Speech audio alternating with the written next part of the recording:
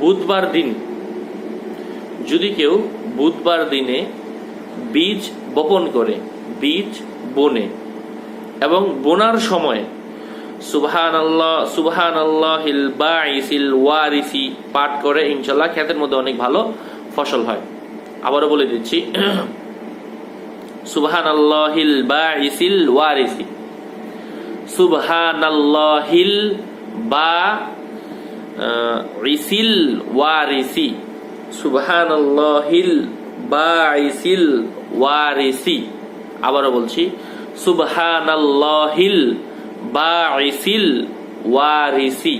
এটা পড়বো আর একটা একটা জ্বালা লাগাবো, একটা পড়বো আর একটা গাছ লাগাবো, এটা পড়বো আর একটা গাছ লাগাবো। এই দোয়া পড়তে পড়তে কেউ লাগালে আল্লাহ পাক সেটার মধ্যে অনেক বরকত দান করেন ইনশাআল্লাহ। আল্লাহ পাক আমাদেরকে আমলের তৌফিক দান করেন। এমনই আরো আপডেট পেতে আমাদের সাথেই থাকবেন। আসসালামু আলাইকুম ওয়া রাহমাতুল্লাহি ওয়া বারাকাতুহু।